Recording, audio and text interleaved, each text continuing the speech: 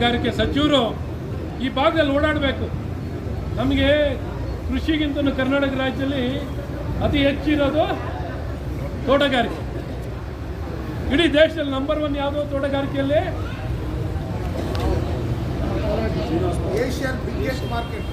Market ಮತ್ತು ತೋಟಗಾರಿಕೆಯಲ್ಲಿ ಬರುವಂಥದ್ದು ಮಾವು.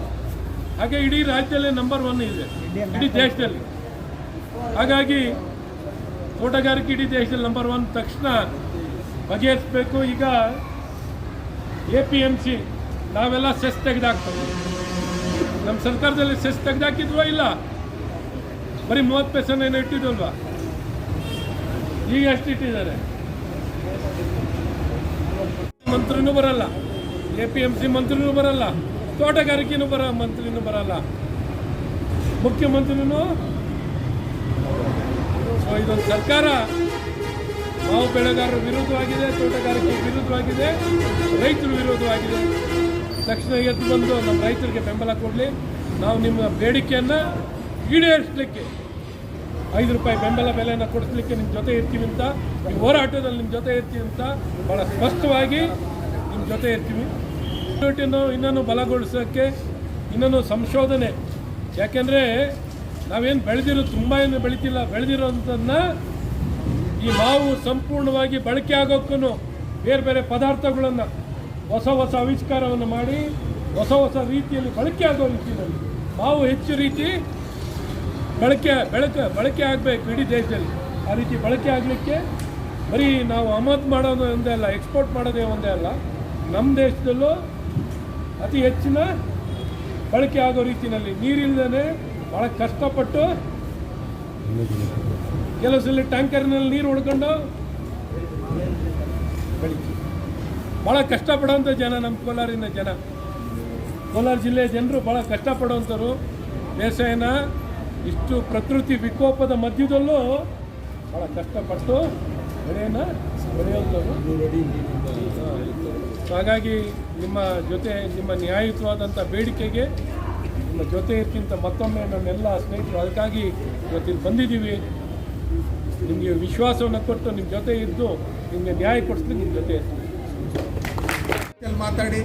ಇಲ್ಲಿ ಮಾತಾಡಿ ತಮಿಳ್ನಾಡಕ್ಕೆ ನಮ್ಮ ಮಾವನನ್ನು ತಗೊಳ್ಳಲ್ಲ, ಆಂಧ್ರಕ್ಕೆ ತಗೊಳ್ಳಲ್ಲ ಅನ್ನೋ ಲೆಕ್ಕಾಚಾರದಲ್ಲಿ ಬಂದಾಗ DC ಅವರು ಏನು ಕೆಲಸ ಮಾಡಿದ್ರು ಅದರಲ್ಲಿ ಕಾಲ್ಭಾಗನೂ ಉಸ್ತುವಾರಿ ಸಚಿವರು ಮಾಡಿಲ್ಲ.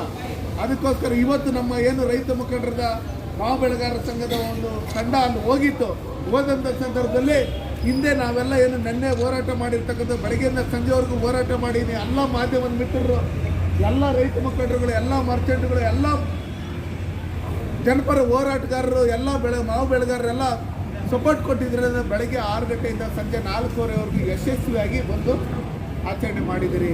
ಅವ್ರು ಕೂಡಲೇ ಇದನ್ನು ಏನಾದರೂ ಸಹಾಯಧನ ಕೊಟ್ಟಿಲ್ಲ ಅನ್ನೋದಾದರೆ ನಾವು ನ್ಯಾಷನಲ್ ಹೈವೇನ ಬಂದ್ ಮಾಡ್ತೀರಿ ಅಂತ ಹೇಳಿ ನೆನ್ನೆ ಏನು DC ಅವ್ರಿಗೆ SP ಅವ್ರಿಗೆ ಹೇಳಿದ್ದೀರಿ. ನಾವೆಲ್ಲ ರೈತರು ಒಗ್ಗಟ್ಟಾಗಿದ್ದರೆ ಮಾತ್ರ ನಾವು ಅದನ್ನೆಲ್ಲ ಸಾಧನೆ ಮಾಡೋದಕ್ಕೆ, ಅದನ್ನೆಲ್ಲ ನಾವು ಏನು ಬೇಕು ಅದನ್ನು ಪಡ್ಕೊಳ್ಳೋಕ್ಕೆ ಸಾಧ್ಯ. ನಾವು ಎಲ್ಲ ಮಾವು ಬೆಳೆಗಾರರಿಗೆ ಮತ್ತು ನಮ್ಮ ಎಲ್ಲ ಮಾರ್ಕೆಟ್ಗಳಿಗೂ ನಾವು ಹೇಳೋದಿಷ್ಟೇ ಮುಖಂಡರುಗಳಿಗೆ, ಮಾವು ಬೆಳೆ ಸೀಸನ್ನಲ್ಲಿ ಮಾತ್ರ ನೀವು ಹೋರಾಟಕ್ಕೆ ಎದ್ಬಿಟ್ಟು ಆಮೇಲೆ ಮಲ್ಕೊಳ್ಳೋದೆಲ್ಲ ಕುಂಬಳಿ ಹಚ್ಕೊಂಡು ನಿಮ್ಗೇನು ಪ್ರಾಬ್ಲಮ್ ಇದೆ ಅದನ್ನು ಟೋಟಲ್ ಸಾಲ್ವ್ ಆಗೋವರೆಗೂ ರಾಜ್ಯ ಸರ್ಕಾರದಿಂದ ಏನಾಗಬೇಕು ಅದನ್ನು ನಮ್ಮ ಎಲ್ಲ ಮುಖಂಡರುಗಳು ಸೇರಿ ಅದನ್ನು ಮಾಡಿಸೋಂಥ ಕೆಲಸಗಳನ್ನು ಮಾಡ್ತಾರೆ. ಅವ್ರಿಗೂ ಮಾನ ಮರ್ಯಾದೆ ಇದ್ದರೆ ಸಹಾಯಧನ ಕೊಡಲೇಬೇಕು. ಇನ್ನೇನು 10 ದಿನ ಹೋದರೆ ಮಾವಿನಕಾಯಲ್ಲೆಲ್ಲ ಫಿನಿಶ್ ಆಗೋದೈತೆ, ಆಮೇಲೆ ಏನು ಸಹಾಯಧನ ಕೊಟ್ಟರೆ ಏನು ಯೂಸ್ ಇಲ್ಲ, ಇನ್ನು ಎಲೆಗಳು ಕೊಡಬೇಕಷ್ಟೇ. ಅದಕ್ಕೋಸ್ಕರ ಕೂಡಲೇ ಅದು ಕೊಡಬೇಕು.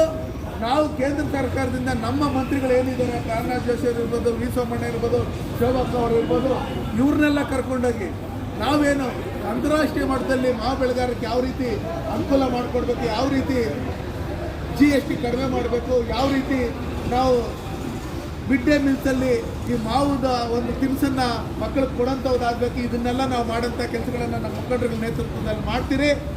ಇವತ್ತು ಎಲ್ಲ ಪಕ್ಷದ ಎಲ್ಲ ರೈತ ಮುಖಂಡರುಗಳು ಒತ್ತಡ ಹಾಕಿರ್ತಕ್ಕಂಥವ್ರು ನೋಡಿದರೆ ಇವತ್ತು ಅವ್ರ ಬೆಂಬಲ ಬೆಲೆ ಇವತ್ತೇ ಸಚಿವ ಸಂಪುಟ ಇರೋದ್ರಿಂದ ಇವತ್ತು ಘೋಷಣೆ ಮಾಡಬೇಕು. ಇಲ್ಲಾಂದರೆ ನಾವೆಲ್ಲ ಉಗ್ರವಾದಂಥ ಹೋರಾಟ ಮಾಡೋದಕ್ಕೆ ರೆಡಿ ಆಗಬೇಕು.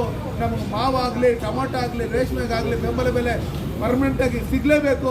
ಆವಾಗಲೇ ನಮ್ಗೆ ನ್ಯಾಯ ಸಿಗೋದು ಅಂತ ಹೇಳಿ ಇಲ್ಲಿ ಕರೆದು ಪತ್ರಿಕಾಗೋಷ್ಠಿಯಲ್ಲಿ ನಾನು ಮಾತಾಡೋ ಅವಕಾಶ ಮಾಡಿ ತಮ್ಮೆಲ್ಲರಿಗೂ ನಾನು ಮಾತನ್ನು ಮುಗಿಸ್ತೇನೆ.